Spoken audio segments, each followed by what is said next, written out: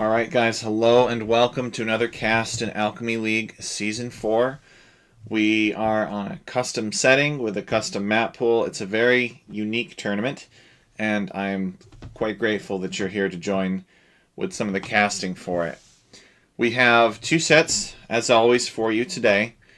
The first set is going to feature E1ST, maybe LST, maybe that's supposed to be a cute little L, I'm not sure. He's new this season, so I don't know him very well. He may have to clarify exactly that. If it's important to him, it may not be. He may enjoy the confusion. He may thrive in chaos. We'll see. We'll watch him play. We'll see if he thrives in chaos. Anyway, I don't know much about him. He's a German player, and he's close to 2K. Looks like he's just shy of 2K according to our fancy-dancy tournament ELO calculator. Hey, Cookie Pirate, welcome. And he is going to be up against Haro, who is calculated to be around 1800. Haro I've known for a long time. That's Haro with 5 O's, not to be confused with the guy, the imposter out there that only has 4. He has a very rich voice. Cool guy. He is like one of those guys. You ever notice like there's a bug or something in a game that you love, and you're like, well, I could report the bug, but I'm going to have to go and fill out a help desk ticket, and it's going to take weeks, and I don't want to navigate the form, and somebody else will do it. Haro is that guy. Haro, like, I think he's got a personal relationship with one of the devs. I don't know, he's probably one of the devs, the godfather for one of the devs' kids or something like that at this point. Anyway, Haro's got very good attention to detail.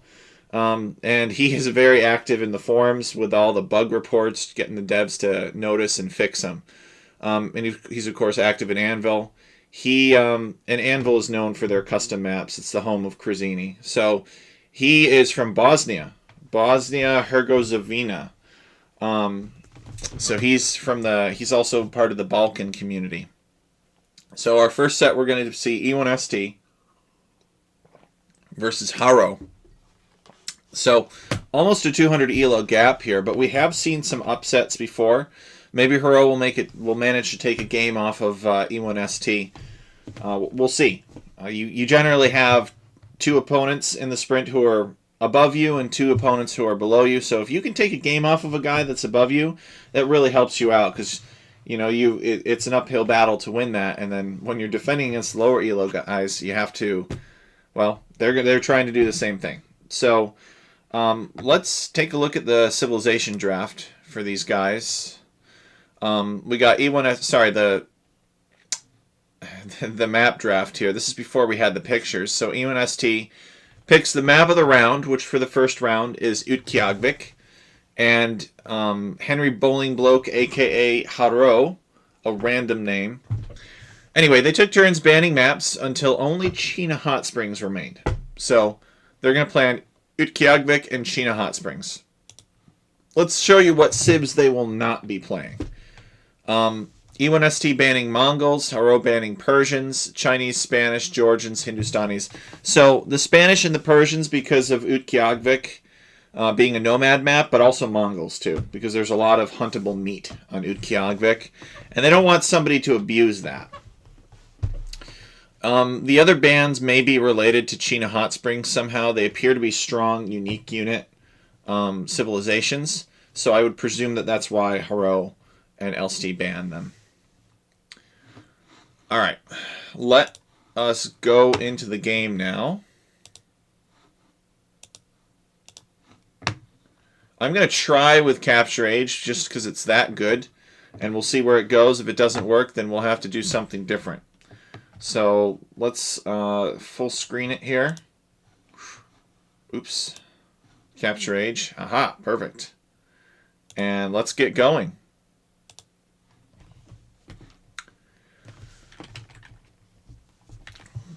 So let's see. So we got E1ST playing as the Koreans. Oh no, don't tell me somebody's fighting a bear already. Oh no, okay. It sounded like there was a bear growling. I was worried somebody was already fighting a bear this early in the game. So Haro is walking right by, and he knows exactly where E1ST's town center is, which is actually a good advantage for him. E1ST starting closer to the water. I don't know how much that matters, though, because Hero is sending 2 villagers up this way. But he's got to be careful, because these bears are powerful. They may have 510 food in them apiece. Wow, all the snow is driving me crazy. Who would choose a map pack based on such a cold place? Well, you know, they're actually doing a competition tournament to ours. You know, our tournament's competing with the Battle of Scandinavia. Battle of Scandinavia, similar custom map pool, developed by a different group of people. Mad Catter and Crazini and a few others. I actually don't think there's any overlap. I think you either scripted for Alchemy League or you scripted for Battle of Scandinavia map pack. So Hero building a dock here with 2 villagers. I guess he's going to fish. And E1ST looks like he was thinking about docking as well, but he's got to be cautious because these bears are powerful. And this villager... Uh-oh. Uh-oh. He's got to be very careful. Oh, look at that. He lucked out. The bear didn't quite finish that villager off. That's some good luck right there. You got to be careful with those bears. They're quite powerful. They are essentially iron boars that have been reskinned. So they deal 12 damage to villagers per hit. So, you know, 3 hits and you're out. 3 strikes and you're out. And let's see. Tell me that E1ST is building a mill here. That's kind of funny. He should have built it up here, though. I don't think he could have realized that he could build it up there. But these ice flows are designed to block ships. So because they're blocking ships, it means you can build on them. So he could have built this mill up here, and it would have been the same distance, and it would have been closer to the shorefish that he could have taken. Oh well, though. Maybe he didn't know. Scandinavia sounds kind of cool, but Alaska sounds cooler. Well, the advantage for the Battle of Scandinavia is they have a bunch of pro players from Scandinavia. A bunch of really good players from Scandinavia. I don't know of any good players from Alaska. And the pro players have their own communities and such, so it's a big boost for them. The Battle of Scandinavia. I expect that despite having a smaller prize pool, their tournament will do better. Maybe their prize pool is bigger than ours now at this point. Their tournament might be more convenient to schedule, to be a part of. Because they probably use the mod center for the maps. So Hero is fishing here. He's got 3 fishing ships, 2 villagers. He's got 16 villagers to Elsty's 13. That's because Elsty has not built a dock. So Hero has docked, but E1ST has not docked. And usually they say you're crazy not to dock when you have the opportunity to. So maybe E1ST is planning some kind of fast feudal age, and he's just trying to get resources as quickly as possible. And he doesn't want to spend any time setting up fishing ships. I mean, look at this. Hero's already 4 villagers ahead. So E1ST has a big advantage here. This bear... Okay, he does manage to get that bear. I believe the villagers are loomed at this point. Yeah, so the bear slaughter is a little bit easier. But it's nice to see players taking advantage of the bears. Most of the times that I've seen this map played, they just completely ignore them. So I like that they're going after the bears. And I also find it interesting that they've got different styles here. I mean, the difference is pretty much equivalent to the dock. E1ST is not docked. He's just taking the bears. Whereas Hero is docking but not bearing. So we'll have to see which strategy worked out better.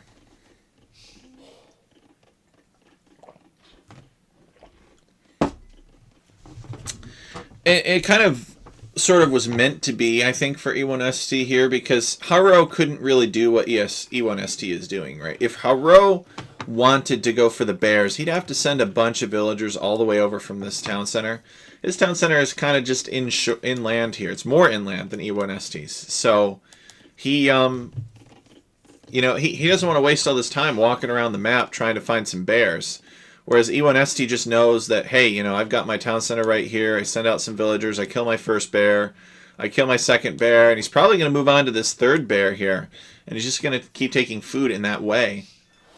And as we can see, E1ST is clicking up to the feudal age here.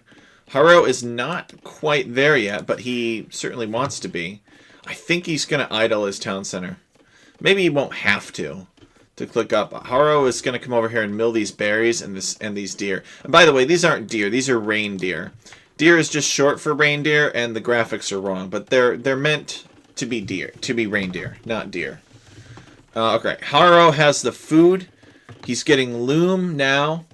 So he's going up 28 villagers to E1ST's 23 villagers. He's going to be about a minute behind E1ST to the feudal age. Is E1ST going to do anything with that? As we see that E1ST is taking another bear. Each of these bears have 510 food in them. They are big animals. They're big boys with lots of meat. So I'm curious if we're going to see E1ST tower rush or if he's just going to chill. I mean, he's got less. He doesn't have a dock. He has less eco working. Okay, he did build a dock. And we saw that in a previous frame. He built a dock and he made one fishing ship. What the heck? All of that wood for such a small investment. Okay, he's just going to destroy Haro's dock. Does he even have proof that Haro has a dock? Yes, he does. He knows about Haro's dock. So this is a dock just to kill Haro's fishing ships. And then he's building another dock for good measure, I suppose. He's building another house. And he's probably just going to keep moving on, slaughtering bears, I would imagine. But maybe not. I'm trying to see if he can make his way out to another one of these flows. These bears might be stranded, though, because of climate change. They may not be able to get back to land, so these ice flows will go out to sea, and then the bears will drown. But in general, since this is the summer version of Utqiagvik, actually, who am I kidding? This is the winter version, actually. The summer version, I've seen that has even less, but this fire ship should be able to get around. And yep, here it comes. And he's going to start burninating this. Not much Haro can do about it, although Haro is on his way up to the castle age. Makes sense. Haro chooses not to do anything about it, actually. He does not have anything under production in the dock. He's doing more of the fast castle. He went up later. He had more villagers working while advancing. E1ST went up sooner. The goal was to get fires and to pick on Haro. Haro is making a fire galley for defense. He's going to bring this villager around, presumably to repair this fire galley as soon as it comes out. But in the meantime, these fire ships are going to come over here and have their way. But it's a little bit disappointing that E1ST has not gotten more damage in on Haro. Alright, Haro is almost to the point where he can respond, but I feel that E1ST could have had better control over his fire galleys. And honestly, even after this fire galley from Haro comes out, E1ST should just focus the fire ship. He shouldn't even take the fight. And at this point, Haro will have this fire galley that's out. And, alright, E1ST is just going to focus it down and then go and hunt down this fire ship. I don't know what happened to that villager. I thought for sure Haro was going to repair, but I suppose not. Oh, maybe not because it was E1ST's blue villager. Oops. Alright, well, sometimes I do that. So, E1ST has killed 4 of Haro's villagers, but they were all fishing ships. And as we all know, fishing ships have no rights. Now he's going to attack Haro's dock. Remember that E1ST only has a single fishing ship working. That's it. He just built 1 fishing ship. 2 docks. He sees that his opponent is not contesting water, and so he's just going to destroy the dock and call it a day. I don't know why Haro has selected Burmese. That is kind of a mystery to me. If anybody understands that, or anybody has an idea of why that is the way that it is, please let me know. Why Burmese? Is it because Haro is interested in the positioning of the relics? He believes that the relics will be a path to victory for him this game? I'm not sure. Haro has made a scout, though. He's going to start harassing E1ST. He's noting that E1ST is not yet in Castle Age. Haro is also getting the Light Cav upgrade. Light Cav are even worse than Scouts. You thought Scouts are bad, Light Cav are terrible. And he's going to have 2 of them. Haro may not want to take this fight, though. Yeah, he doesn't want to take this fight now. He knows he's got an upgrade coming in. Alright, a Light Cav, and that's going to be much harder for E1ST to deal with. He's also got a Mangonel coming for a Mangonel push. I really like what Haro is doing with this Mangonel. E1ST has to run back to the town center. The villager gets away. I think that Haro could have slain that villager if he put his mind to it. Big attack ground from the Mangonel. E1ST realizing that he cannot hold that gold. He loses a villager, so Haro... It looks like Haro's gotten 2 villager kills. E1ST gets that spearman out. Another bag of rocks come down on this guy's head. He's significantly injured, and actually Haro is gonna win this fight here. He's just got to be paying attention. Haro is making a monk because monks are awesome. So why wouldn't you? And he's gonna start pressuring E1ST. I don't know what E1ST will do here. He might make more fishing ships, but it doesn't look like he's even tried. So I guess E1ST is just going to relocate to this convenient gold, and he's going to take gold here. In the back of his base.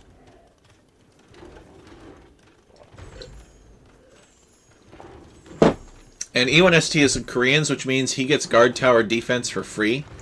He doesn't have to build the university, which is actually a really handy trick. Both players are both 1 town center for now.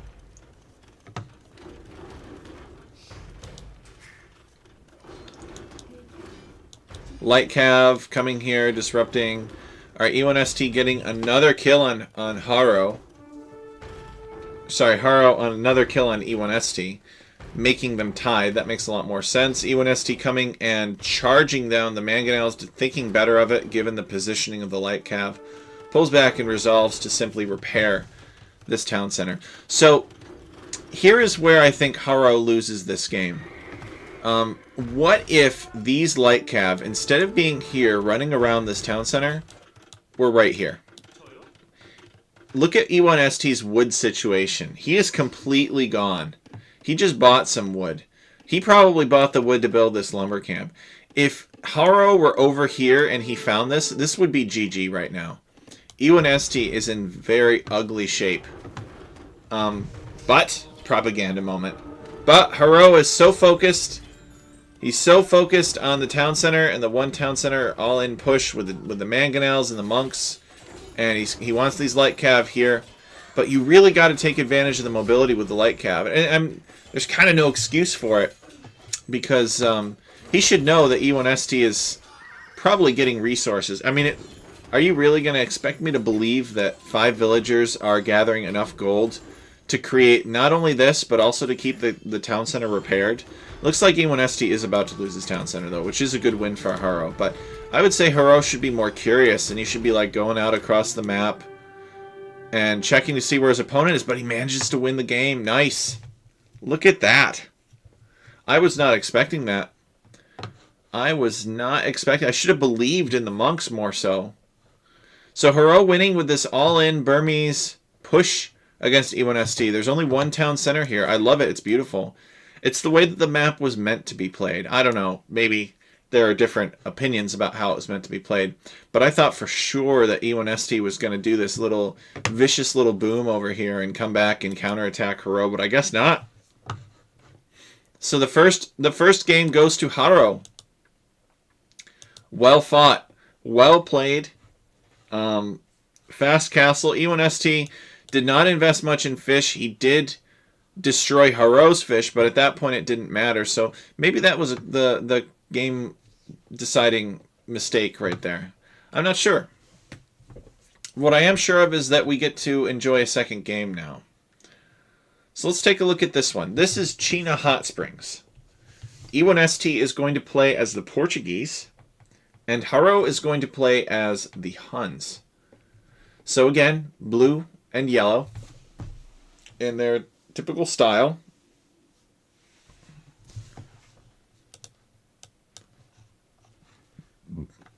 China Hot Springs, you start with a bunch of villagers, but unlike Utqiagvik, so these are both nomad maps in this case.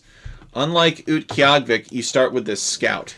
So you can at least have a little bit of an idea of what your opponent is up to. I like Haro's starting location.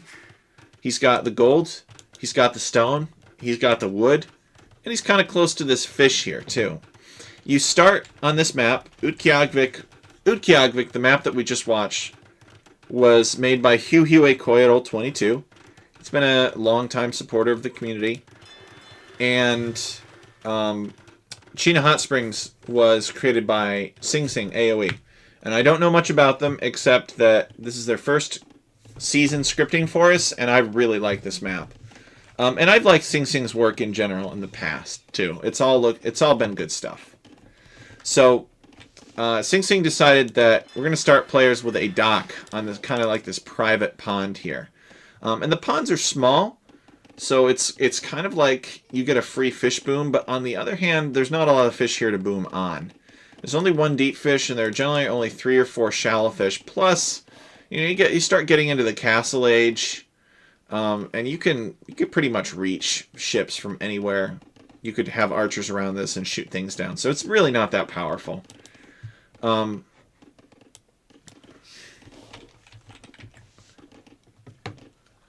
they found a number of geese. E1ST has figured out that there's a number of geese just kind of wallowing here. So China Hot Springs, Utqiagvik is in the far north of Alaska. It's in the northern slope. It's relatively flat there. And it is very cold all the time. And there's the Arctic Ocean there. And sometimes the Arctic Ocean freezes over during the wintertime.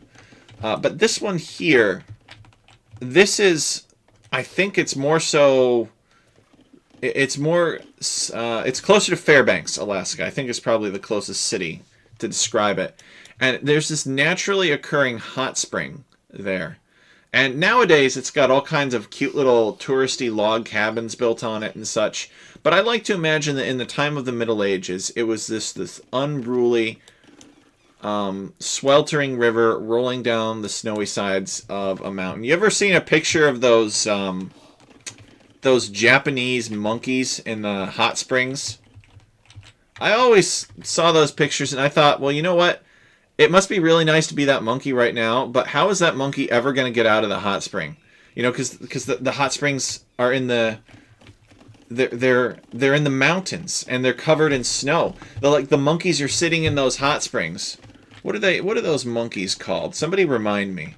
The monkeys are sitting in the hot springs and there's snow falling on their heads, and I'm just like, dude, you're never going to want to get out of that. You're soaking wet. As soon as you get out of that, your fur is going to freeze on you. So if you are familiar with that scene, or you're familiar with that kind of monkey, this is basically nothing like that. I don't think that there's any significant wildlife that really uses these hot springs. I don't think they're quite as hot as that. I don't think it's like a volcanic kind of hot. I think it's like a part of a river gets trapped underground for a while, and the natural temperature of the underground heats it. But it's not volcanic. It's just the same temperature as underground, which during the wintertime is still very warm. So anyway, that's my theory. But enough of my theories. What we want to know is what's the smart thing to do on this map. Because maybe you're watching this and maybe you're part of the tournament, or maybe you just want to get better at Age of Empires in general. And it looks like both of these, which is a futile effort, but it's a noble thing to try. I have to say that. No, I actually believe that. Anyway, Haro, because it's mathematics, right? Fundamentally, it is a game of mathematics. And mathematics are beautiful. So, Haro and E1ST have both built forward docks. They're not exactly in the same position. Now, another thing that we should point out here is I believe that you can build any kind of building across the hot springs, even walls. So somebody actually, and the players haven't figured out how to do this yet, but you could actually just like build a wall directly across this. I'm pretty sure you can. Maybe Cookie Pirate will confirm. Actually, you know what? I could just bring up the specification for it and see what it says.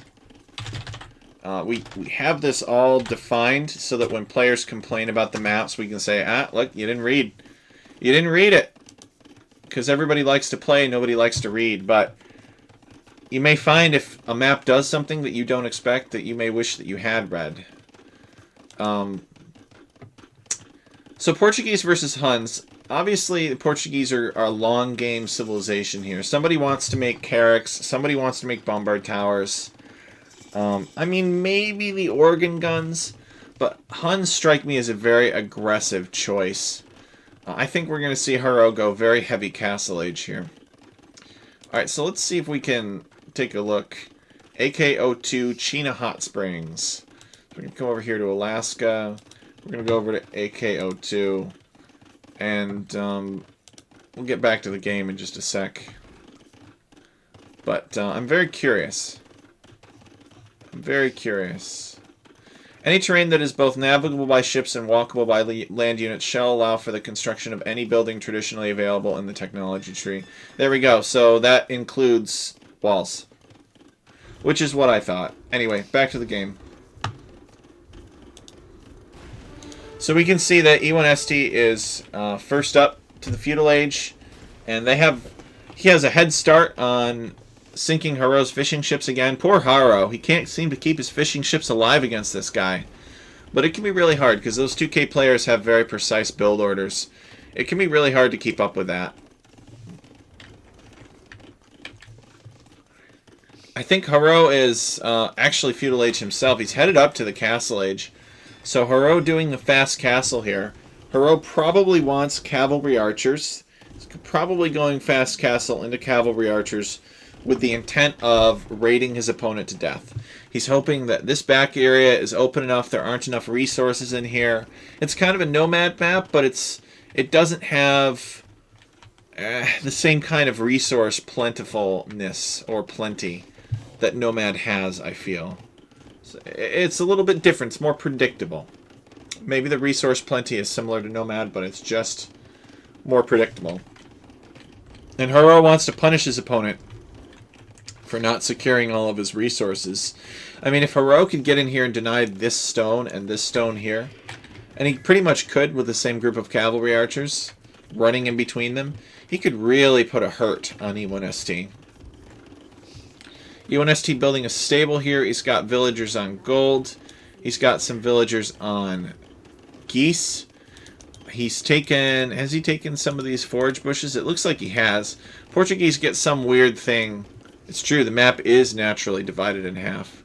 Portuguese get some weird thing where they collect all those little twigs that the berries were growing on, and they build buildings out of them apparently, and make bows, and make wheels and ships. It's really quite impressive, their ability to recycle forage bush wood.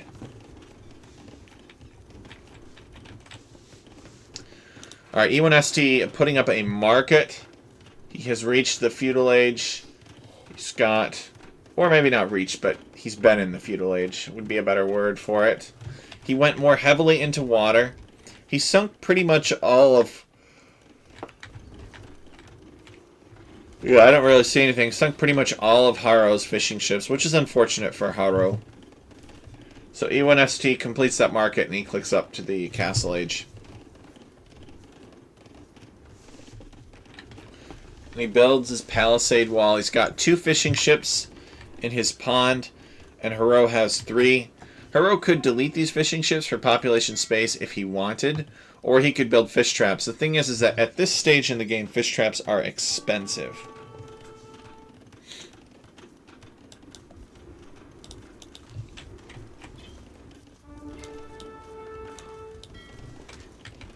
So here we go. E1ST has about a minute and a half before he can reach the castle age. And here is Haro with the cavalry archers. The Hunnic cavalry archers looking to cause some trouble. He's taking shots at this villager but doesn't quite get him. Doesn't have ballistics in, which cavalry archers need more than anything else. For whatever reason, E1ST did not wall to the edge of this pond, which I don't really understand. I think that he probably could have and should have walled to the edge of that pond, but did not for whatever reason. Maybe he was satisfied with the spearmen there, but as you can see, spearmen, as long as your opponent is carefully controlling the cavalry archers, spearmen are not very good. Alright, so these cavalry archers are now in on E1ST's wood line. E1ST has to abandon the wood line, and Haro is being super annoying. He's got another group of cavalry archers. We're going to see if he runs in. He does not. That could be a mistake. So these cavalry archers running into this town center and getting shot down. E1ST is really going to appreciate that. And now there's just one cavalry archer, which could be more easily fended off with knights. Now, it's important to note that although Haro has again denied E1ST's wood situation, E1ST is still taking gold and he's still taking fish. So he has the resources that he needs to create knights to clear this out. So unfortunately for Haro, these cav archers, unless they can deny the golds, are not really going to accomplish anything. I mean, he may have gotten a couple villager pickoffs with them, but I don't think that they are worth the investment.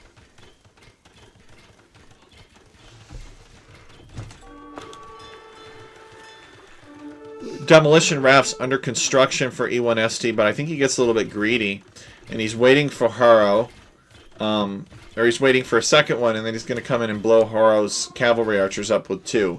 But he could only get 1, and he was kind of waiting for Haro to, because he wanted to blow up the entire army, and maybe 1 demolition raft wouldn't be enough.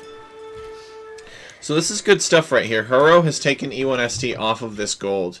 He should try to focus down this wall here. I don't believe that it gets the full armor upgrade. So it could be a good win for him. Take down this wall. Actually, he doesn't need to. He just runs right in.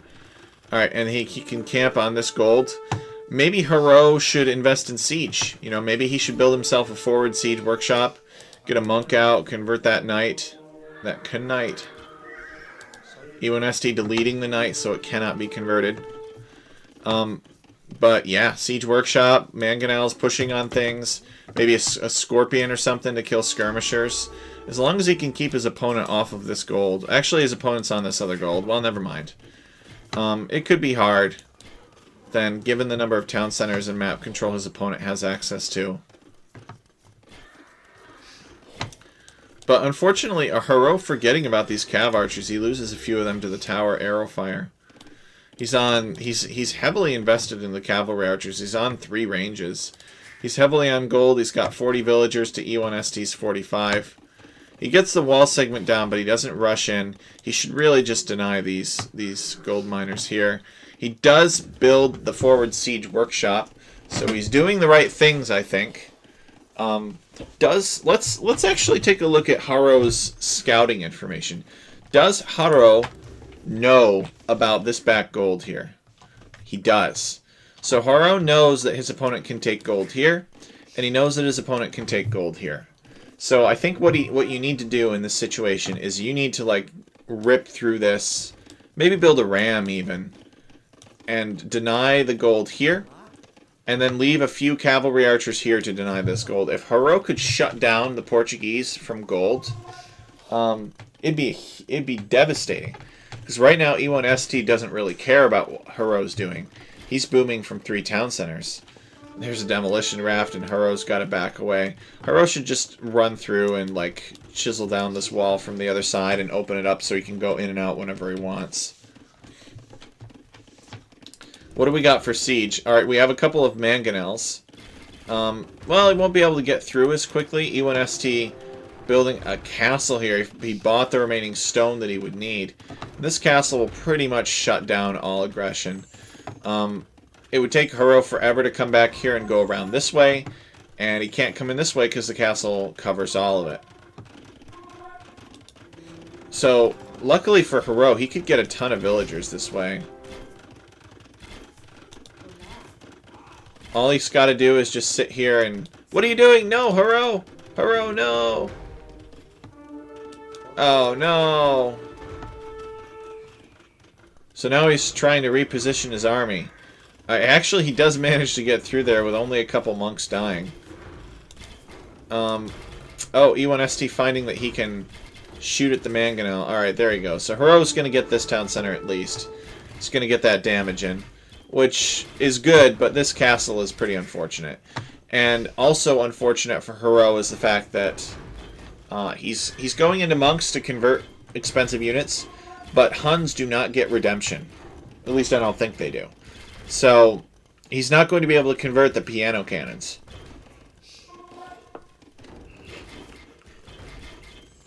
Luckily, he does have mangonels, which are very good against them, inherently. But they're not as good as Redemption Monks. Redemption Monks are just really scary. He's got a monk here healing up his cavalry archers. But this town center will go down. Unless Hero is not paying attention.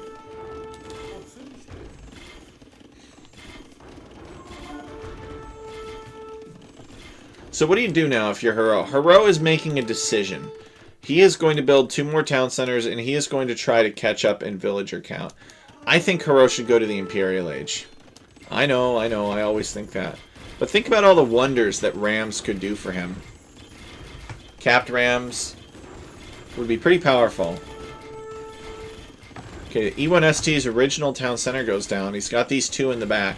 He's got 61 villagers to 43. So he still has an economy bonus, or an advantage, I should say, not a bonus. I mean, he does have eco bonuses, but that's not the proper context. Hero's mangonels coming in. He's got the ball of cavalry archers coming in. He's trying to finish off the demolition rafts, but E1ST pulling them back. Manages to dodge most of the fire.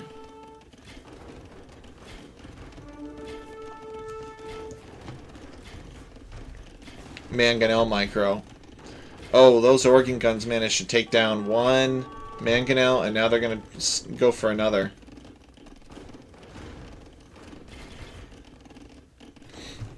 Where's Hero's villager? I don't know what happened to Hero's repair villager. Uh-oh. This is dangerous. Haro just running away. I think he should take a good shot here while these units are trying to clump through here, but instead he fires at the demolition ships and blows both of them up. This is a pretty good shot. I'm not sure why more units didn't die there, honestly. It feels a little bit unfair. Yeah, what's up with that? I guess there's a bunch of injured organ guns, and Hero is now out of mangonels. I'm not sure how E1ST managed that, but that was pretty good micro. What does Hero have in here? He's got another mangonel, and he's got 1 relic. And E1ST flattening this monk, and now he's going to flatten another monk. Hero is looking away, booming. That's another reason why booming is so dangerous. It forces you to take your eyes off your monks.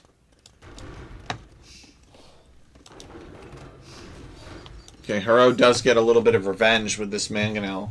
But that mangonel, E1ST got so much value out of.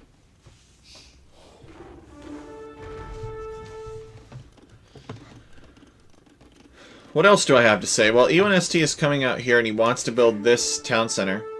His organ guns have secured that area.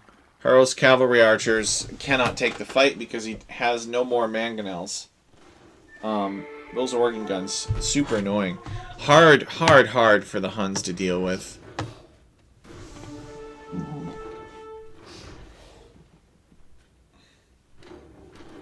So Hero's going to come home and boom.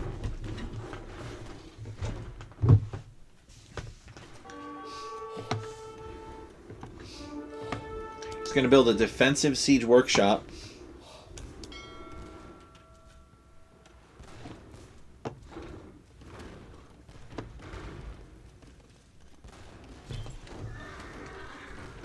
Yeah, that doesn't last very long. So now I guess they're both going to kind of build up. E1ST has a 14 villager lead over Haro. Haro struggling to get this siege workshop up. He's even got a relic back here which he could try to take. He should try to relocate this relic here too. An interesting twist for Haro could be if he managed to get all the relics, but there is one that's here under this tower, so that would be really hard for him to acquire.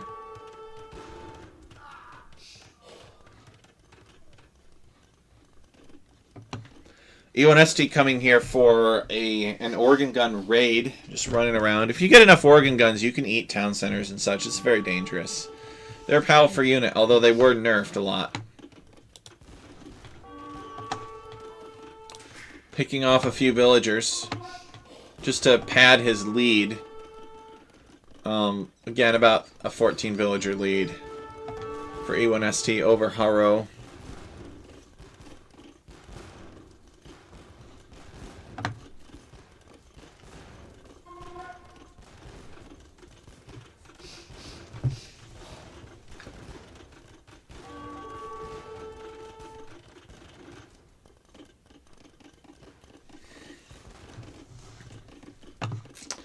E1ST is also almost Imperial Age, which is scary. Look at all that gold he's got. I wonder what he's going to do with it. Probably make a bunch of bombard cannons. Because that's the Portuguese way. Are managing to flatten a couple of organ guns here. E1ST fleeing, but I think he's satisfied that these organ guns have given their value. So E1ST now with 84 villagers is just getting wheelbarrow. I guess to be fair, he doesn't have a lot of farms. It's mostly been fishing economy, I guess. He's building a castle on this bank to defend his interests. And he's getting some eco upgrades too. Gold mining, stone mining, and heavy plow. And then of course wheelbarrow, which I already mentioned.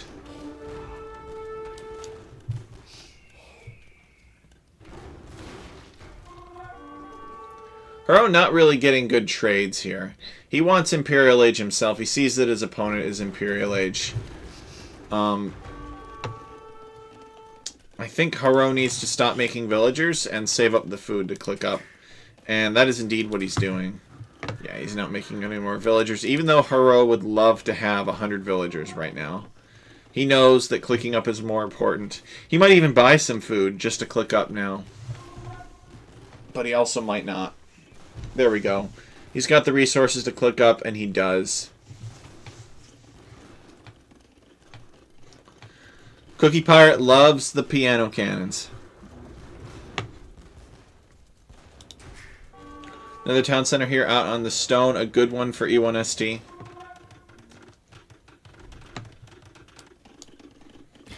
Ooh, it's a good little raid for Haro. Narrow the villager gap. Alright, he manages to get that last one. So killing 3 villagers there. So he's only 9 behind E1ST. Problem is that E1ST is Portuguese, and that's just pretty much a better civ. As long as you can protect your stuff, you're never going to lose to the Huns as Portuguese. If you can keep your stuff protected and you weren't damaged or something before. Because, hear me out, E1ST can make siege weapons, he can make pointy boys, he can make gunpowder units, and it's just very oppressive for the Huns to try to deal with. The Huns' whole thing is doing damage to you earlier on, and then raiding you throughout the course of the game because you're weaker. E1ST actually going into Cavaliers for some strange reason.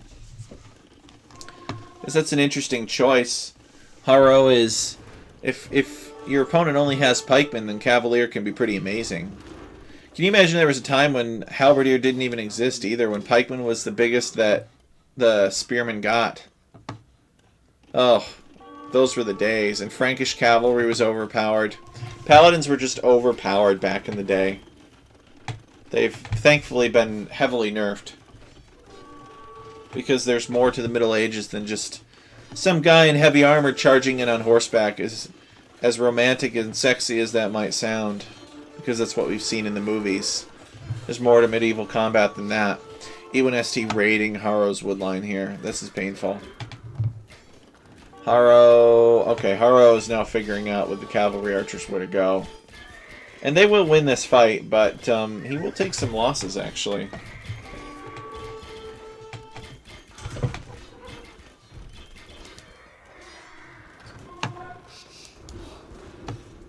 Everyone bans the Lithuanians. Well, they're banning the Lithuanians because of this. Not because of the Pallies. So E1ST sieging Haro. He's got some trebuchets working on Haro's town center. We can see that Haro has had something here, and that's gone. So E1ST slowly pushing into Haro's base with trebuchets. Haro making cavalry archers, because it's what the Huns do. Okay, the castle manages to finish off the cavaliers. E1ST with the cavalier raids, which is an interesting choice. I was going to say, I was not really expecting that, but, you know, he might be looking at it like, oh, you know, 300 food, 300 gold, get cavalier, raid my opponent. I mean, he has to get the armor, so it's still not quite that good. But I guess he felt like it was worth it in this case. And he would know a lot better than I would. He's a 2K player.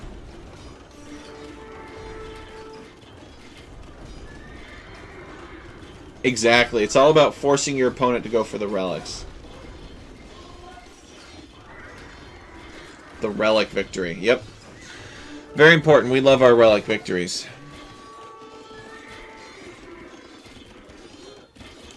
Haro trying to get this... Oh no, this is E1ST's castle over here. And he's got some knights trying to make this happen. I guess Haro managed to kill the villagers here. And so the castle is denied, at least for now.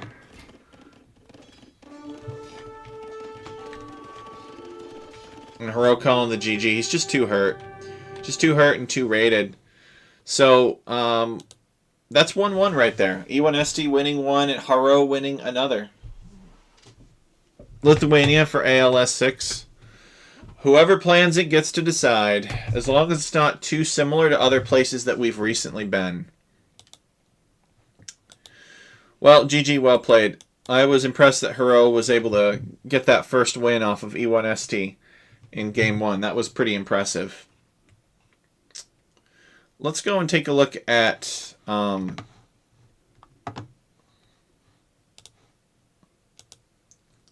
take a look at the next players.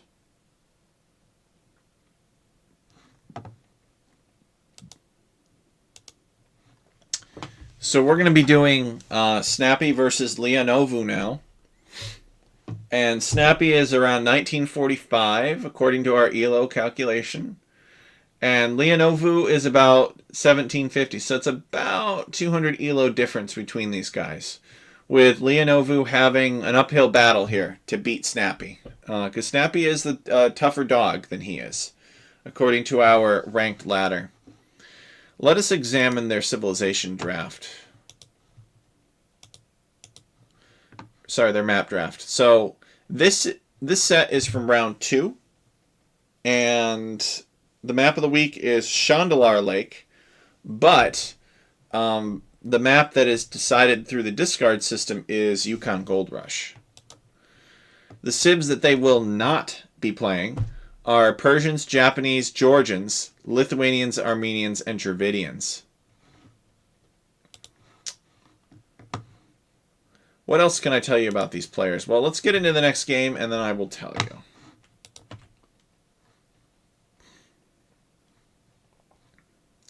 Chandalar Lake. I wonder which version of Chandalar Lake we're going to get. Are we going to get the iced over version, or are we going to get the summer version?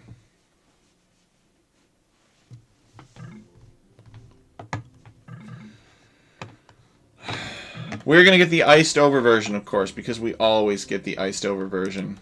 I don't know what's up with that. I don't think I've seen the summer version in the league yet.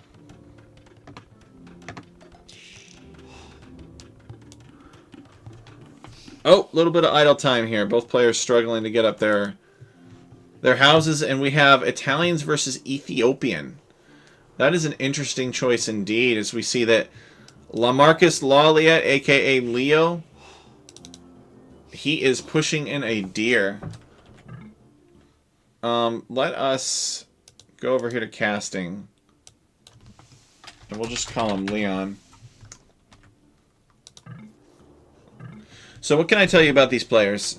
Snappy is Argentinian, And Leon is from Hong Kong. So I guess that makes him Hong Kongian. So this map is made by Zetnus for Alchemy League Season 4. Wow, there's like no forests over here. That's kind of interesting. At least they spawned over here. I guess there's some forests in the corner, but that is unfortunate. I'm not really sure how that happened for Leon. It feels like there should be forests over here. Maybe not, though. Who knows? Anyway, this map was made by Zetnus for Alchemy League Season 4. It was made to specifications that were written by Cookie Pirate and myself. And so any issue that you might have with the map is a reflection of the judgment of Cookie Pirate and myself, particularly me. Because I think I had the final call on it. And Leon is having a hard time trying to lure this bear. He doesn't realize that the bear is on defensive stance. Oh no. But I don't think many people have too many gripes about these maps. Because they're very good maps. Leon's like, alright, this bear is just not gonna cooperate. So he gives up. At least he doesn't lose his villager. Nobody in their right mind would send a villager with this kind of health out for the bear. So he's having a hard time with the bear here. He hasn't figured out how the bear works. What's Snappy up to? Snappy, I don't think, has tried to lure any bears or kill them in any way, harm any bear. I think you get one bear on this map. I could be mistaken. Yeah, I think you just get one. There might be another bear further away, though.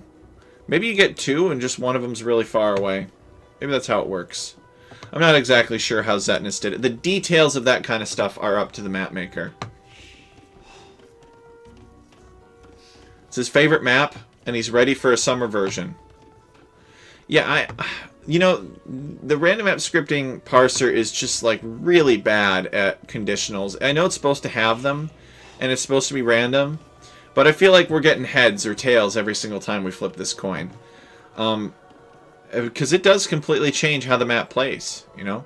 In this version, you can walk right across it. It's like Ghost Lake. It's great for scouts. Look at how snappy. So the interesting thing is that you can see these bears through the minimap.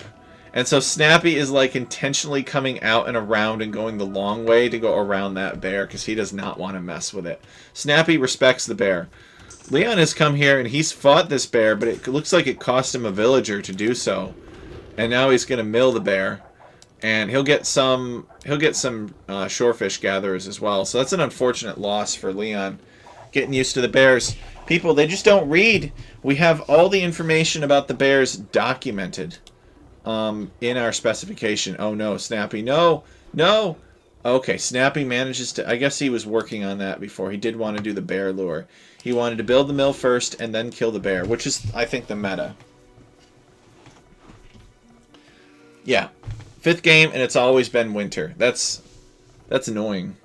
But it's nobody's fault except for the devs. But you see how there's this thick forest over here, and then it's just not over here on this side, which is strange. Well, whatever. We're not going to ask Zetnus to fix it, and it's not that big of a deal. It'll just require Leon to play a little bit more aggressively, I think. But if Leon does run out of wood, then that's something that we will note. You know, like if Leon can't take wood here, and he can't take wood anywhere else, and he ordinarily would be able to take wood here but can't because it didn't appear, then that would be our fault, I guess. But sometimes you just get weird spawns, just flukes on maps.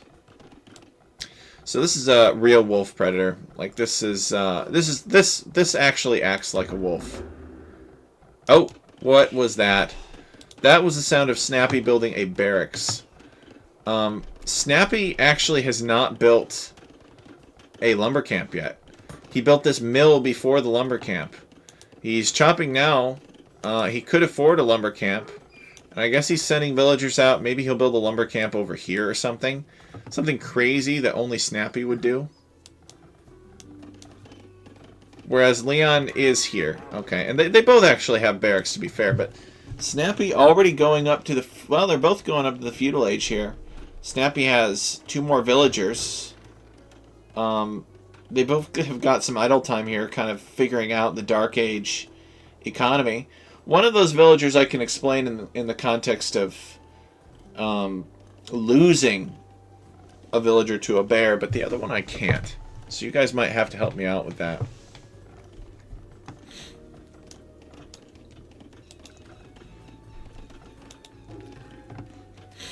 Leon building this house, okay. Snappy coming in with the eagle to check this out. Remember that since it's an Alaska map, everybody gets an eagle, even if they're not a Mesoamerican civilization. They start with an eagle.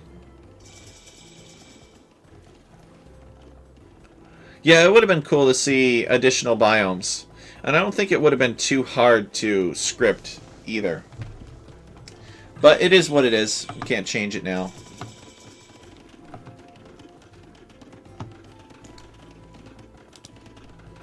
You know, a lot of these maps are hard enough as it is. They're hard maps. They really are. They're not easy and comfortable maps. Some are harder than others. Denali is probably the hardest. So we got 2 ranges here for Leon. I think a standard 22 pop archer's build. Snappy is doing something a little bit different. It looks like he's doing a 1 defensive range, and then he's doing a blacksmith for faster range upgrades. Although Leon's actually going to be getting his upgrades first. So, I don't know. I think I like Leon's build better. Maybe it's just because Ethiopians inherently get some more stuff when they go up to the next stage.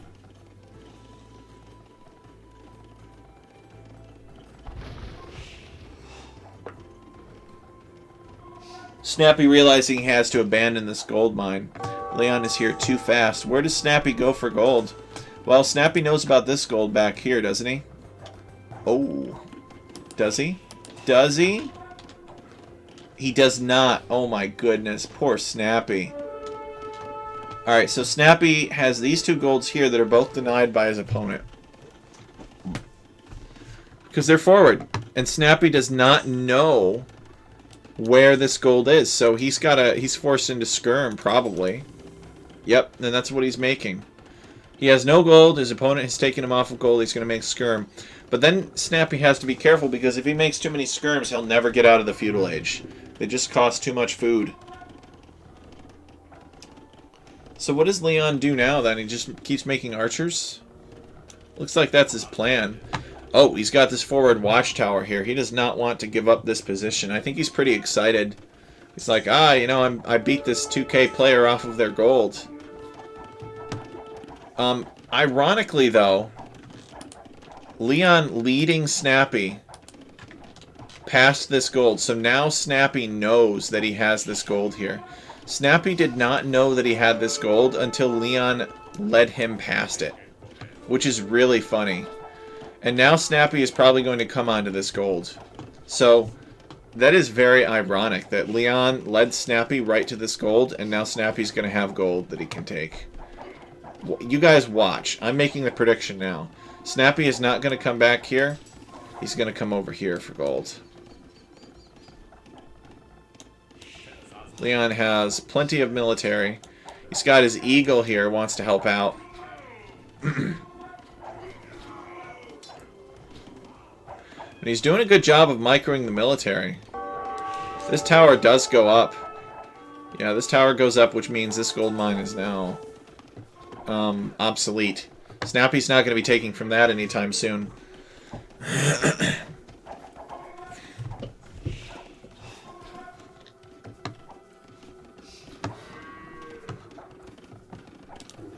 Snappy building a few more houses, because why not? His people need someplace to live. What's interesting is that Leon is just kind of letting Snappy fish back here, which I don't really understand. I mean, Snappy does have a ball of skirmishers, and so maybe the skirmishers are decent at keeping Leon from pushing out this way. But, yeah, I don't know. I would still try to get this stuff if I were Leon. Maybe pull back for a little bit and take the pressure off of Snappy. Maybe he's worried that Snappy will come and attack him from a different direction. No, I was wrong. Snappy's going to keep taking this gold. There's 1 gold right here. 1 gold tile that's just barely out of range of this watchtower, and that's what he's going to have. Let's see what the range on this watchtower is. And it is upgraded, so Leon will not be able to reach this tile unless he advances to the Castle Age.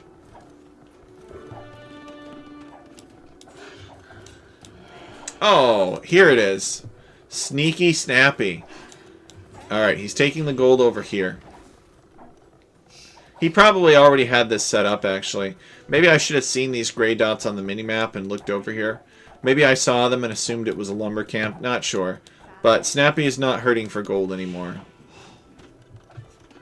Players are just too good at reaching out and taking other sources of resources. Snappy's slowly accumulating the resources to click up to the Castle Age. He'll probably click up shortly after this market goes up. He might even sell his stone to do so. It would be a big tactical advantage for him.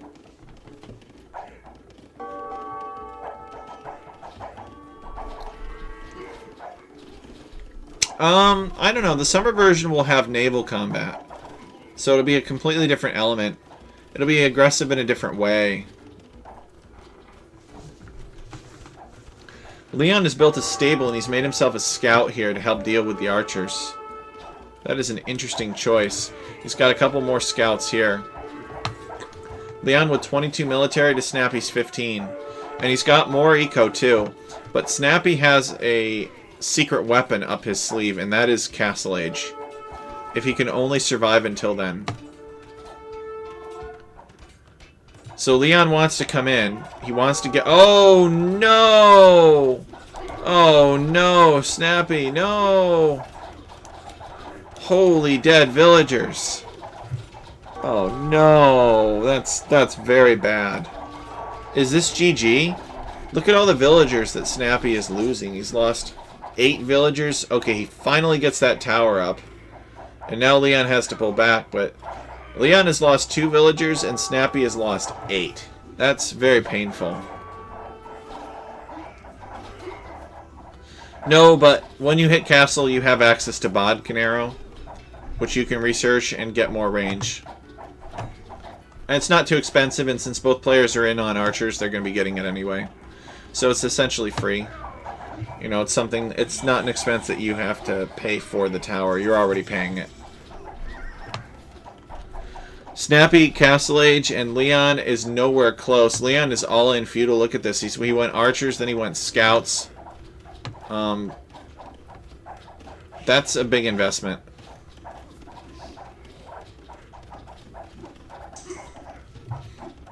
Guard tower? I don't think anybody went guard tower. Guard towers have the same range as watchtowers, if that's what you mean.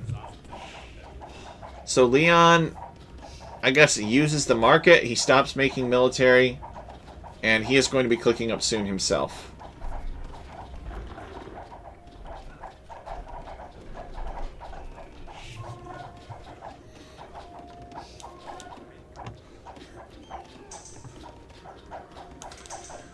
Alright, so a knight here from Snappy. Knights are very helpful for clearing up feudal age units. And Leon is nowhere near the Castle Age, so he's in trouble. He's 2 minutes away. He needs to pull these archers down below his town center, and he needs to small wall all this stuff in. And even that might not be enough, because there are skirmishers here.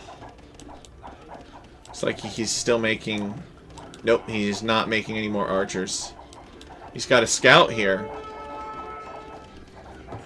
And he does have some raiding units here in Snappy's economy. Or maybe just houses. It's just houses. He's got archers here denying gold. Snappy's probably going to clean that up. Snappy is building a siege workshop to clean that up. And yeah, he's towering this gold. He kind of has to.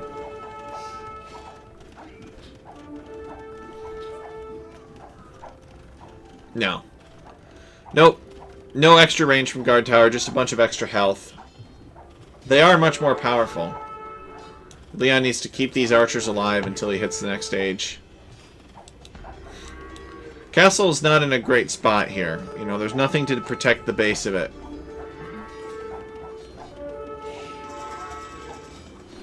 So Leon hitting the Castle Age, what's he gonna do?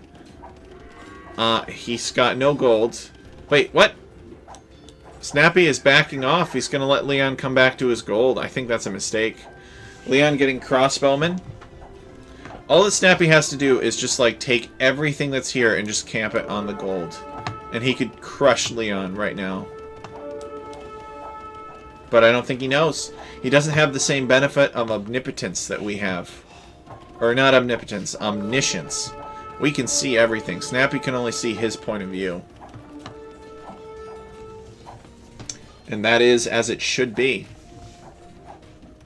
So crossbowmen, these will actually not be good against knights, but they're not going to suck like archers do.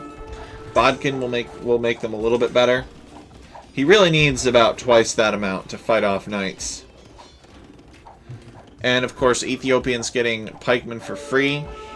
So here they are chasing this knight. And apparently these two villagers want in on the action as well. Snappy has made a ram. He wants to clear out this base. Makes sense. Although, okay, Snappy just now going to add another town center to secure that gold. Snappy knows all about it because his town center can see it, so Snappy could build a siege workshop easily within range of that town center and start pushing back. Sorry, Leon could.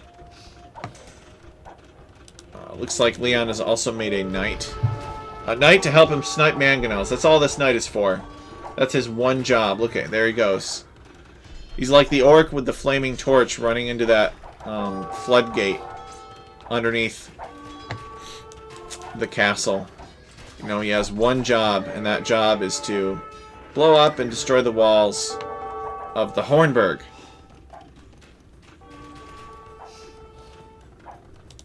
And he failed. Snappy was able to keep this mangonel alive, which is unfortunate for Leon, so he'll have to make another knight. He might do that now, or he might not. Sounds like we got a monk, so therefore Snappy sees the knight and he makes a monk. He makes a monk to convert the knight. So he knows that if Leon makes another knight, he'll just convert it. Let's see if Leon's going to make another knight. Nope. Still, Leon is not making another knight. Maybe because Leon has seen the monk and knows that it would be a dead giveaway. Yeah, Leon's got this outpost here with extra vision, so he can see everything that Snappy is up to.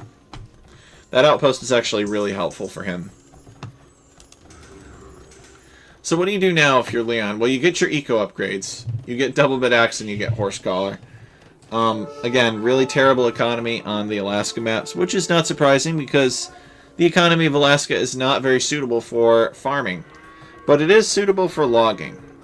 But in general, it's an inhospitable environment and not a lot of people can live there. Which is why it is not a very urbanized state. You know, there's not much in the way of population density of Alaska.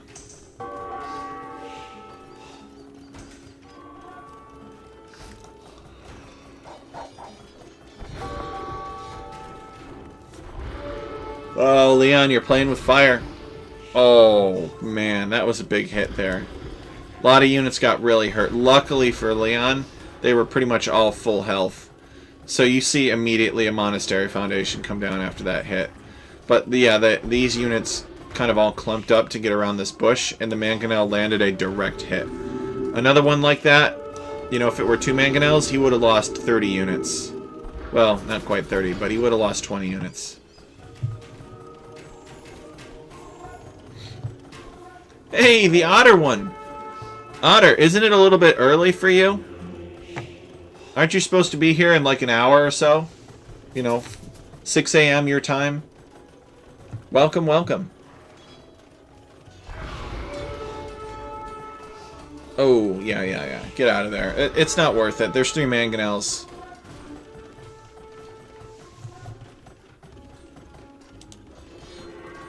So monastery up. Leon has not yet...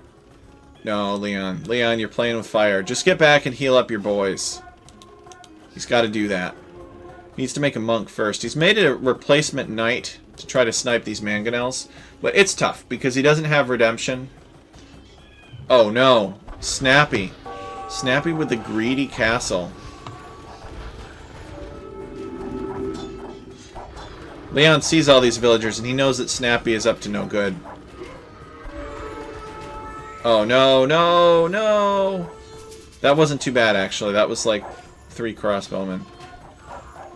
Alright, and now Snappy can start building it. This might be the game deciding castle right here. Whatever happens with this castle, Leon's gotta try to, like, get around and kill these villagers, but there are 3 mangonels, and that's hard to deal with. And Snappy also has monks. And it looks like Leon's gonna let this castle go up. I think that's a mistake. I'm not really sure what he could have done. Maybe staggered formation. But Snappy was doing a really good job of keeping these mangonels alive. Can all these maps freeze over? Pretty much, yeah. This one freezes over. Utqiagvik freezes over. This one in Utqiagvik, the freezing over actually changes how the map plays, probably. Kodiak can freeze over, and Kenai can freeze over, and Yukon Gold Rush can freeze over. But in those 3 cases, it does not affect the play of the map. Denali is always frozen over because it's freaking Denali, and it's always cold up there. And Columbia never freezes over because it was an emergency map that I made to kind of last minute, wasn't planning to make it, and I didn't have time to code in another biome, and it would be kind of tricky anyway. It's really because the sea really doesn't freeze in that location, so it would have just been freezing over the landscape around it, which wouldn't change how it plays. So if it did freeze over Columbia, it wouldn't affect the play style. Oh, Yukon is always snow patched? I don't think so. I think there's some snow-free version of Yukon. I'd have to try some generation.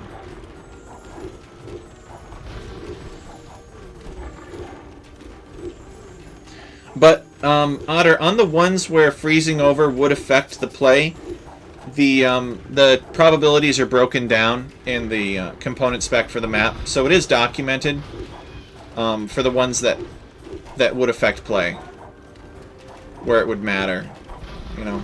If somebody doesn't care and they're all about the cubes and the simplistic terrains and everything like that, then we're not going to document the different biomes available. Snappy now moving into a siege push. Yep, and in both cases for those maps, Cookie Pirate, in both cases, we've got it broken down saying this is what's going on. Which is good. It helps. It really does help. And hopefully once we get folks trained on that, how to use that and look it up, Snappy with this night raid, they'll be more informed.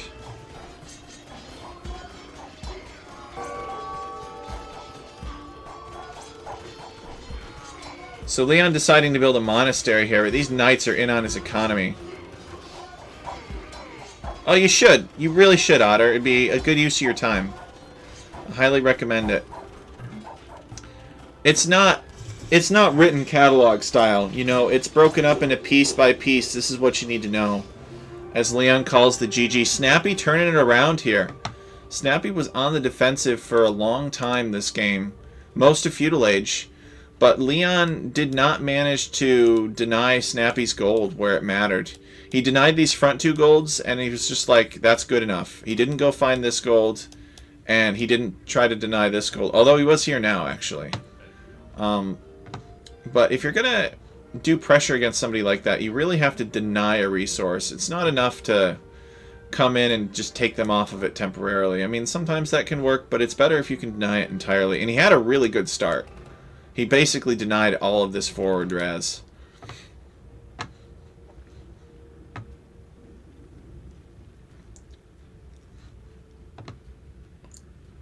So let's take a look at the second game. Let's do more than just take a look at it. Let's watch it. So we got Leon versus Snappy. And these guys are really good. You know, these guys are 1750 to 1950.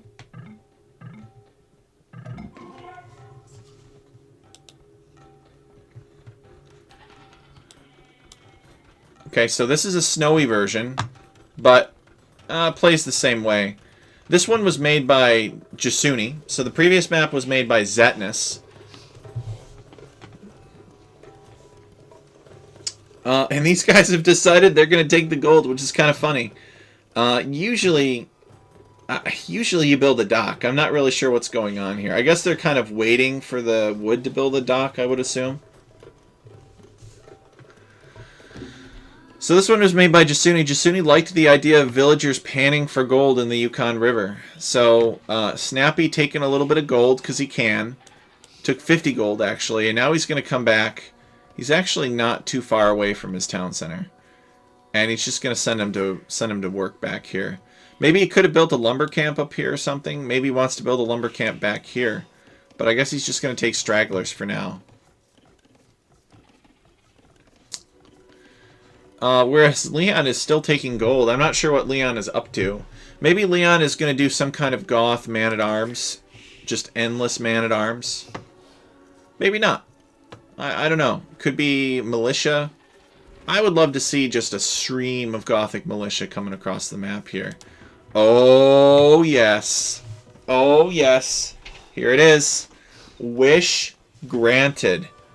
A barracks. He's already building a barracks. Well, maybe Leon figures, you know, he sees the two villagers starting out on gold, and he's like, you know what? I can sustain constant militia production as Goths with 2 on gold. I mean, the food you would think would be more important. Don't start with a dock on this. Well, no, but you build a dock.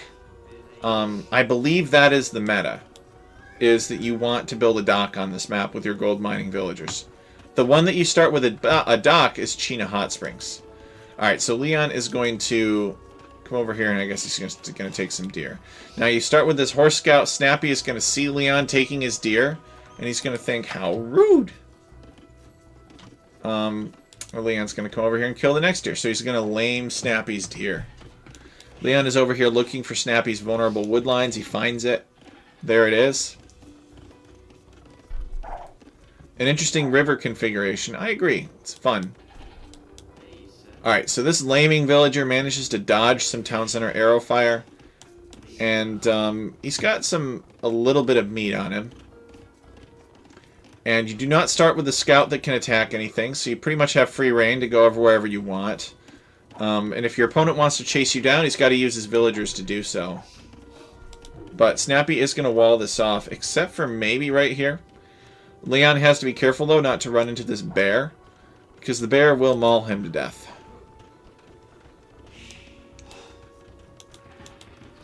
So barracks, but he hasn't done anything with it. What's the plan? What's Leon doing? Well, he's taking these deer long distance, and he hasn't even... Okay, he's building a lumber camp now. Alright, I was a little bit worried there for a moment. I was like, what is Leon doing? I think he's just having fun, honestly. He built this barracks first, but he hasn't done anything. Okay, now he's making militia. And he's sending another villager over this way because he wants to infiltrate Snappy's base. But I don't think that Leon wants to take this fight. His villager is injured. A map with wood on it. Rare. Yeah, some of these maps kind of struggle. Well, I mean, Utqiagvik...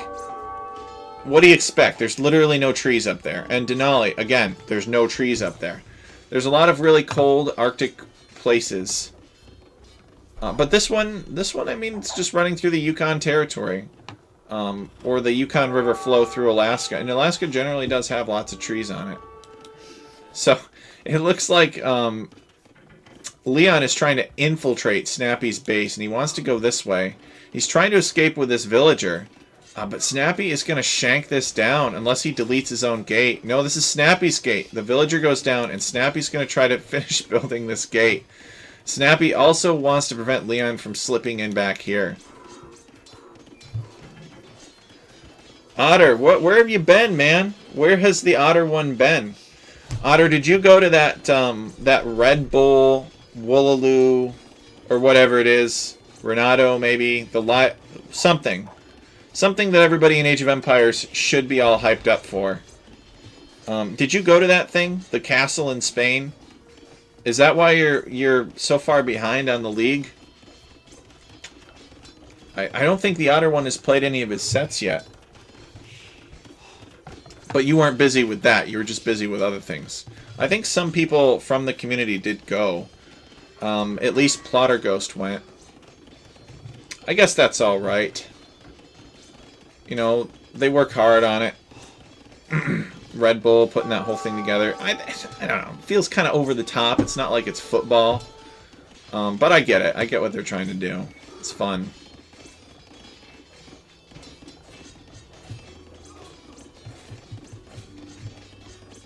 That's right. You got a set going on tomorrow. After this set is done, I have to go through and see who hasn't played yet and call them out and say, hey guys, don't forget to play your games. So Leon looking for some damage here on Snappy. He's got 5 militaries trying to get in, but Snappy smartly walling early. He does not want Leon getting in here with the Gothic infantry.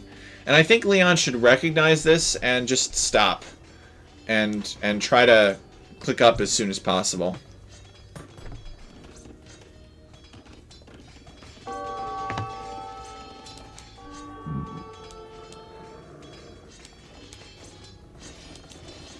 Snappy having to come here and wall this, or repair this wall, I should say. And he's going to come around this side and repair this house too.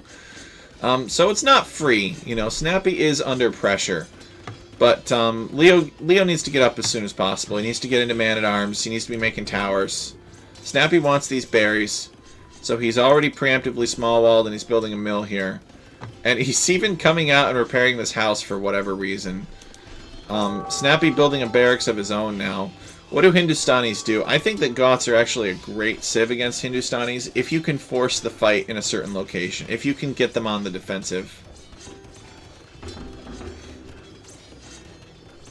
Otter1 says, I've consistently played on the Tuesday before the deadline in Season 3 every game, and he won. Both sprints. So he's not going to change. I wonder what that's all about. Maybe his opponent underestimates him. Because his opponent thinks, oh, you know, the Otter one, he's such a slacker. He's always delaying. He's not taking this league seriously. And maybe the Otter one gets underestimated. And that's why he does so well. I don't know. Maybe somebody else can think of an explanation that makes more sense. But that's my idea. Otter one wants to appear like he doesn't have his act together. When he secretly is playing on the maps. And practicing. Some archers here, or an archer here for Snappy. Does Snappy... Yeah, Snappy's got his gold back here. That's rather fortunate for him. Could you imagine if this gold were forward? Snappy would be in big trouble. What if this gold were forward and both of these berries were backward, as an example?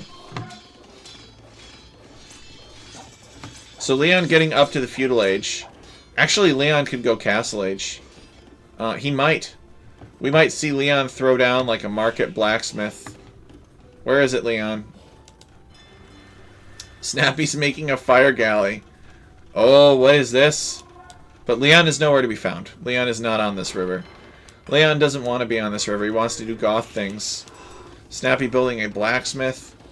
And what's Leon doing? He's building an archery range and a blacksmith because he's going to make a skirmisher. Okay, and that's going to be his... Those are going to be his buildings. And now he clicks up to the castle age. This has been a really fun game so far. They both were, really. Yeah, I get it, Otter. You got to come into chat and you got to say, "Oh, I haven't been practicing. I don't know what I'm doing." I get it. You know that other people watch this stream who are in the league. I get it. Wink, wink.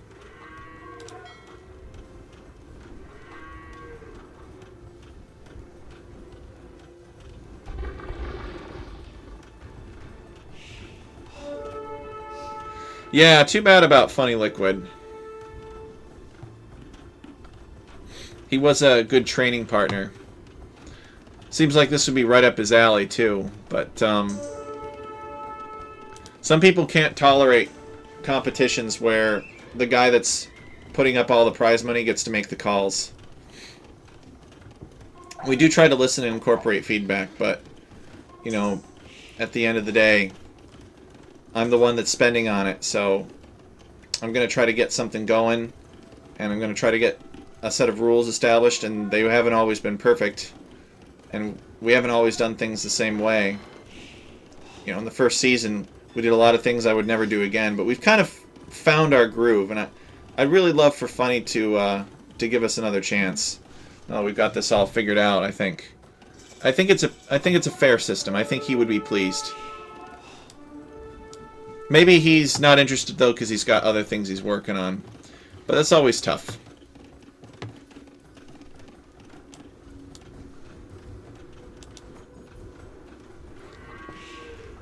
Yeah, so Snappy just wants to burn this mining camp.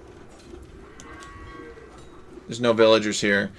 Leon never built any docks or anything like that on water, so it doesn't really make sense for Snappy to invest much in naval combat. Oh, okay, it's AOM. That's good. He really does like AOM a lot.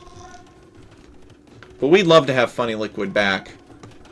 Now that we've kind of found our groove, I think that he would find it fair. Maybe once he gets sick of AOM, he'll come and try the league out. We'll still be going, hopefully, at that point. Otter, maybe you should be tryharding AOM. I don't know if you've ever played it.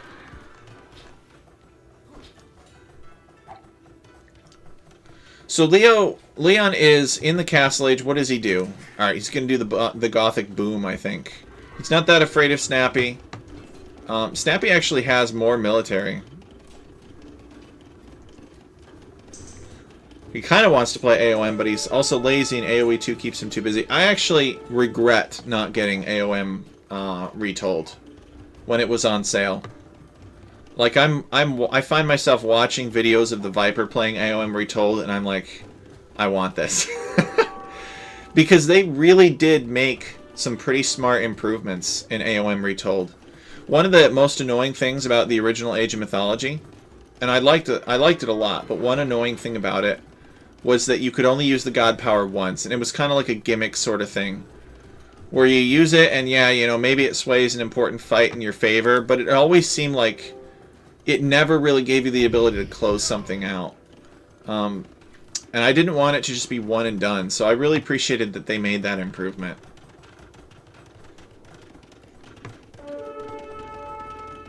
And of course, AOM had a fantastic campaign. When I was a kid, I did not appreciate how cool that campaign was. I was just like, can we please get back to Atlantis already? But I didn't realize the point of the campaign was to take you through all of the civs. I thought it was, okay, I have to finish the Greek campaign, and then I'll do the Egyptian campaign, and then I'll do the Norse campaign. But, nope. It was, we're just going to have one long campaign with one bad guy. Mm-hmm.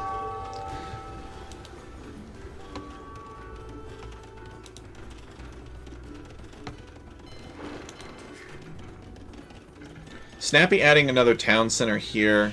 In terms of villager count, Leon is actually ahead. And Leon has built a forward defensive castle here. I think it's because he wants to, yeah, he wants to secure this neutral gold. There's not a ton of gold out here. I mean, there's some. But most of it is on the river. And pretty much a castle can range anything on the river. It can't range downriver. But in theory, if you could build towers along the entire shore of the river, you could make ships obsolete.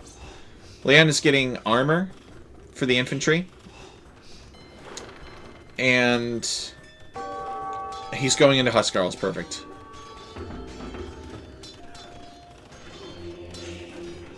Otter is prepping his 1K follower tourney. Sudden death free-for-all. Of course it is. Of course it's sudden death, and of course it's free-for-all. No, it looks pretty good for Leon. He's just got to get in and kill Snappy. Really what Leon should do is he should make a couple of petards, and he should bust in here or something, and then just run in with the Huskarls. But instead he's just going to keep attacking these buildings, and Snappy's just going to repair them endlessly. But this is a good example of where petards can just completely change a game. It's not so easy because Snappy does have buildings here, and he could see the petards coming, so Leon would have to kill those first. But I think that he could do that. I think Leon, if he had these petards working on this and this, or sorry, these Huskarls working on these two buildings, he could kill them pretty quickly. And he could also chase away these, and then imagine the petards standing like right here. And then he brings his Huskarls up, and then he rams into this house, and then he just rushes in with everything. I think that would be the play. If it were Otter, that would probably be what would happen.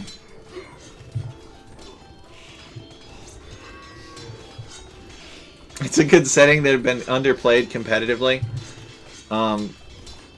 Yeah, I mean, we try to do the standard victory condition here. I'm all about that. I'm just worried that if we did something like sudden death, that nobody would sign up.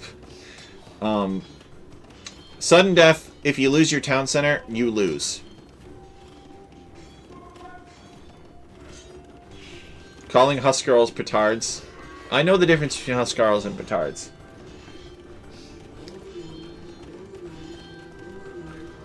But I sometimes do get my mix all talked up. So unfortunately for Leon, Snappy has had the time to make some monk defense. So he can't get in.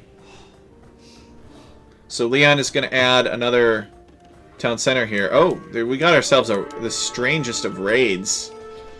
Leon wanted to build this town center, but now Snappy is here. And Snappy is 10 villagers ahead, too. Yep, if you lose your town center, you lose the game in sudden death. So it can be very scary. You get castle dropped on your town center, and you're pretty much screwed.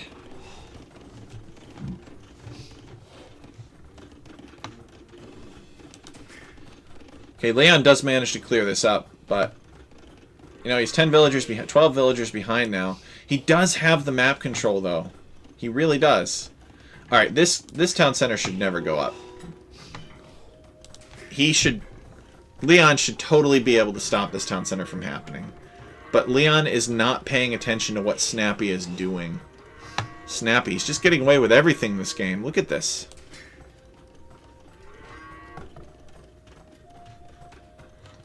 Such a lucky position for a raid. It was. This game has really gone Snappy's way. A lot of good luck here for Snappy. I think Snappy is inherently a lucky dude, actually, if you want to know the truth. I don't know him that well, but my instinct is that things just go right for Snappy. And you can tell him I said that, too. And then I wish that I were as lucky as he is.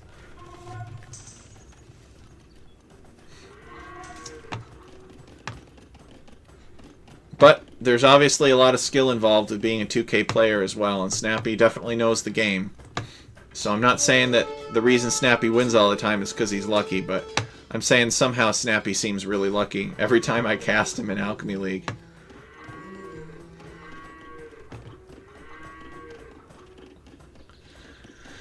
Well, if Leon can get a good boom up for Goths, I think he could still take this. Like, what do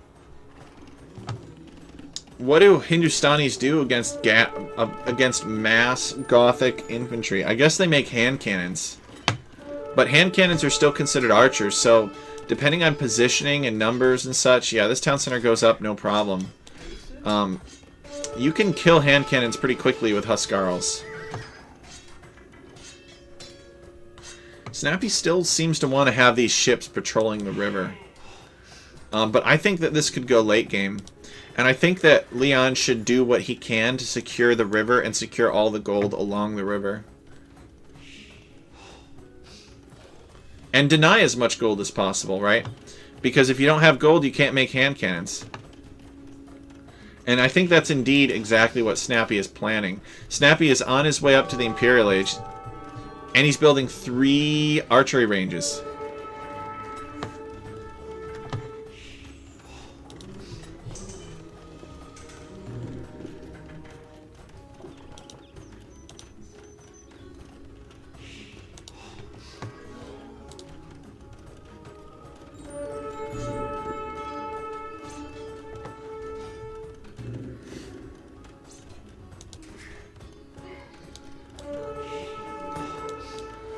Scout goes down. Snappy doesn't really have a good hold over this, or Snappy does have a good hold over this. Leon is not. Let's see, what's Leon doing over here? I guess Leon is just going to pick some berries.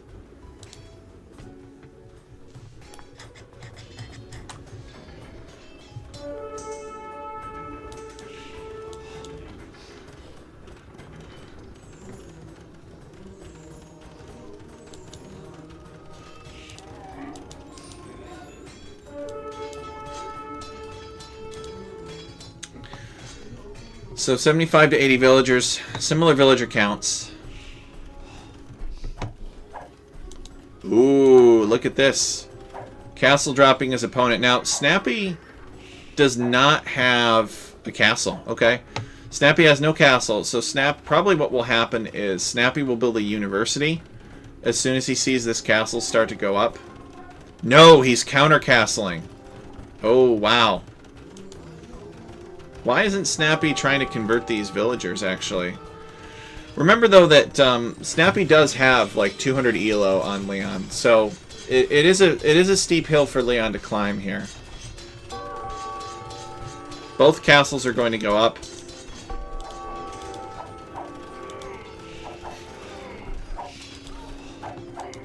Snappy also getting chemistry so that he can make bombard cannons and hand cannoneers. This castle has a hill advantage. I don't know if anybody has any architecture or masonry upgrades.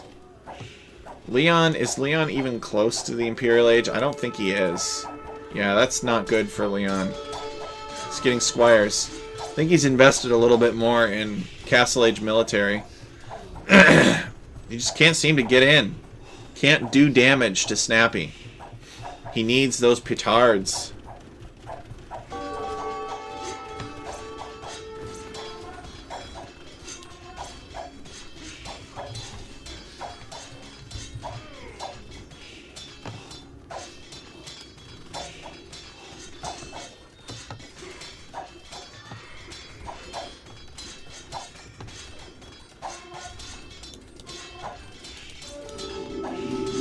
It's like Leon is trying to convert Snappy's 6 HP galley, but then just decides to shank it down.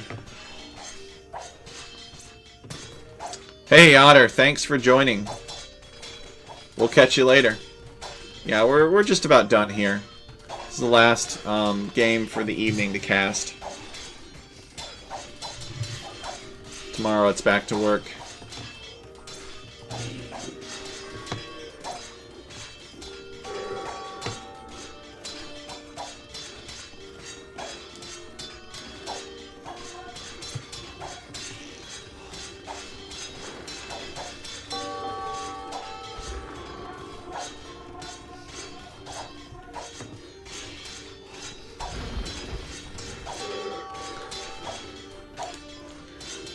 What is this, a petard exchange here?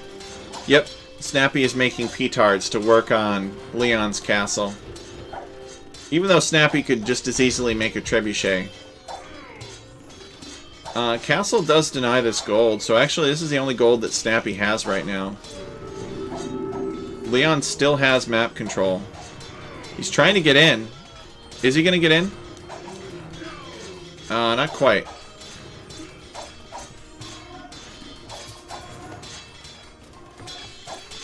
Snappy with a lot of extra wood. He's getting the eco upgrades. Most of them are Imperial Age. Well, half of them. Actually, most of them are Castle Age. Heavy Plow and Gold Shaft Mining are Castle Age. Two-Man Saw, Imperial Age, and then Stone Mining. Leon does not seem to be attempting to get up to Imperial Age at all. Oh, oh, oh! Look at this! Leon's in! He's in! All he's got to do is run in here now. What's he waiting for? Don't let Snappy wall this. Go, Leo, go! Snappy here with a camel raid against Leon. And Snappy's about 30 villagers ahead, it looks like.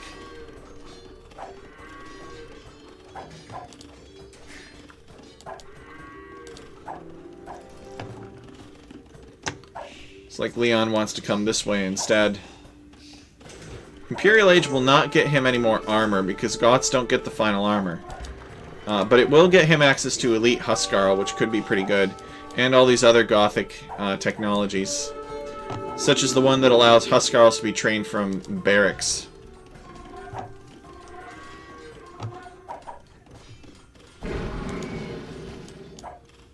Oh!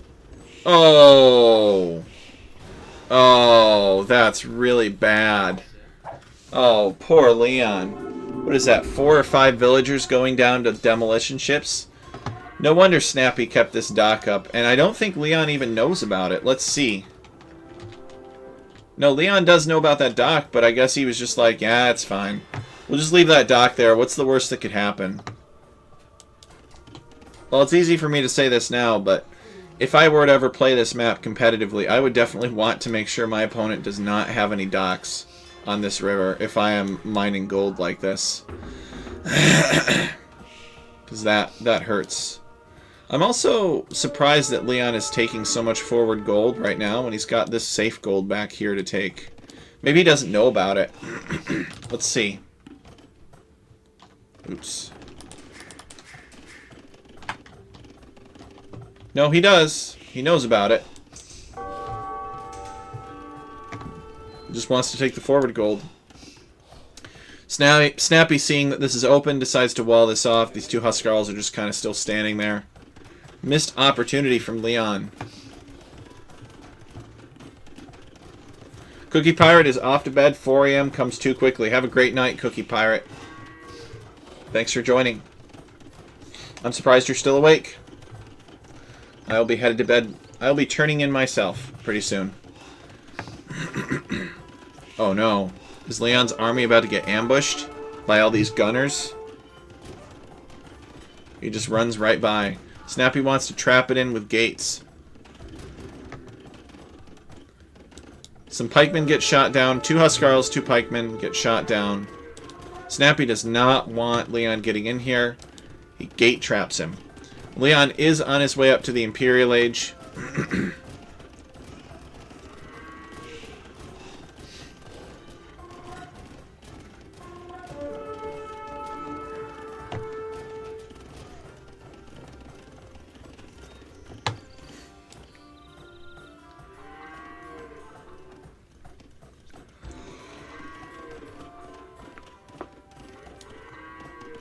So Snappy with 45 military to Leon's 20. Now is the time to strike. To strike while the iron is hot. It is a blacksmithing reference. And Snappy has all of his blacksmithing upgrades, I believe. No, he's only got 2. Never mind then. And they're gunpowder units. So that's not really smithing anyway. The cannons were probably cast. Anyway, he should attack now. He should attack now before Leon has the chance to recover. But luckily for Leon, I don't think Snappy has anything other than this trebuchet. Yeah, Snappy's making another trebuchet. And he's getting a unique technology. Chautauqua. I believe that increases the range of the hand cannoneers by 1.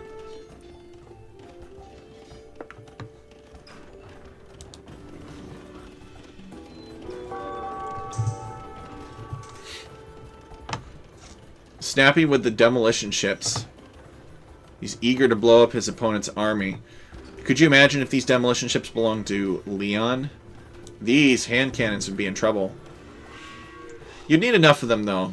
But the hand cannons would focus fire the demo ships and like kill them one at a time until one got in, and boom, blow them all up. That could be a good way for Leon to come back, but I don't think that's going to happen. If Leon comes back, it won't be with demolition ships.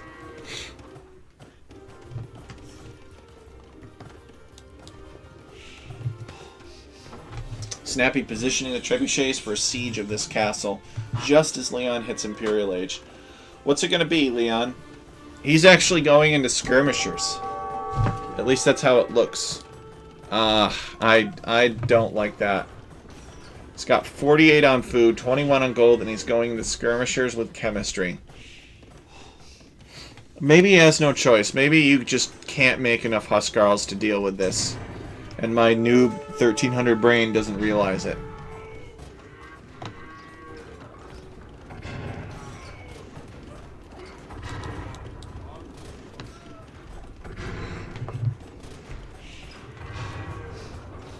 Yeah, poor Leon, he just couldn't get in. He had the right idea, though. Some petards could have really helped him, or maybe a focus on a specific area could have helped him, instead of spreading out. Now Snappy is going to build this castle here for himself. And Leon is in trouble. Leon has 114 villagers. He is building a castle in the back, but he calls the GG. He says, I'm too far behind, can't keep up with all the gunpowder. So, some good games, though, that we casted tonight. Snappy takes the win over Leon 2-0. Well-deserved. Good decisions were made by Snappy. Leon just could not get in this time. But he had an uphill battle, so you can't really fault him. He gave it his all, but in the end, Snappy was just too tough of an opponent. So guys, I really appreciate you tuning in. It's getting quite late. It's time for me to go to bed so that I can get up and go to my full-time job tomorrow. I really appreciate all of your support for everybody that's played in Alchemy League. And I really look forward to casting some more games. It'll probably be this weekend. So until then, guys, GG's, and thank you for supporting the channel and checking out our stuff. A lot of people work really hard to make it happen. We'll see you guys later.